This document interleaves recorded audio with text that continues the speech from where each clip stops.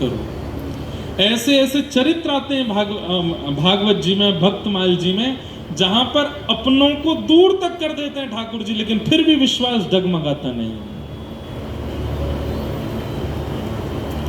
महाराष्ट्र के एक भक्त हुए चोखा मेला, वो मट्टी गूंदते थे, मट्टी से फिर बर्तन बनाते थे।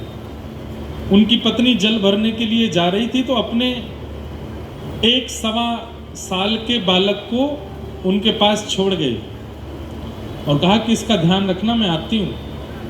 थोड़ी देर में वो कीर्तन करने लगे। कीर्तन करते करते खड़े होकर के कीर्तन करने लगे, मट्टी गूंद रहे हैं और कीर्तन कर रहे हैं। अब वो 1-1.25 साल का बालक चलना जानता नहीं, घुटमुन चलते चलते मट्टी में आ गया और अपने ही पिता के पैरों के नीचे आ गया। कहते हैं कि आप कीर्तन में इतने निमग्न थे कि आपको पता ही नहीं चला कि आपका बेटा आपके पैरों के नीचे,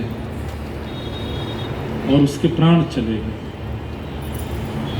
पत्नी जब आई तो आकर के उसने देखा मेरा बेटा कहाँ है। वो तो कीर्तन कर रहे थे चोखा मेला, और कीर्तन जब करते थे इतने तत्पर होके करते थे कि कौन आ गया कौन चला गया पता नहीं चलता था।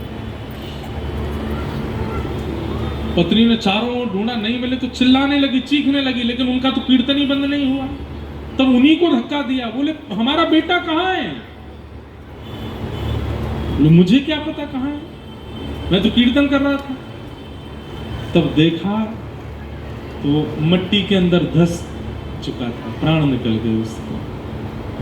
पत्नी ने कहा धिक्कार है आपके कीर्तन को, अरे अपने ही पुत्र के प्राण ले लिए, इतना ध्यान नहीं रख सकते थे कि क्या करना, अपने पुत्र पर चढ़ गए।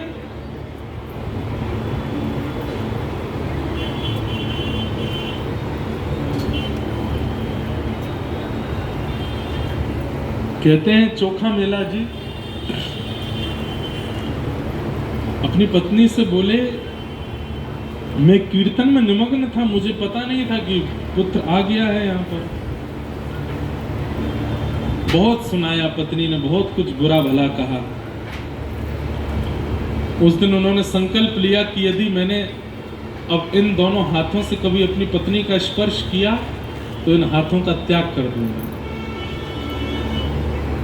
किसी दिन अपनी पत्नी का स्पर्श किसी भाव से हुआ, दोनों हाथ कटवा दिए उन्होंने, अपने आप को दंड दिया और बिना भुजा के रह करके भगवत भजन करने लगे। एक दिन पंढरीनाथ भगवान का कोई कीर्तन चल रहा था, चोखा मेला जी के मन में आया कि मेरे हाथ होते तो मैं भी ताली बजाता। ठाकुर जी ने कृपा कर दी, उनके दोनों भुजाएं वापस आ गईं और भगवत कृपा से वो मरा हुआ पुत्र भी जीवित हो। राधे राधे। ऐसे तो कितने प्रसंग हैं।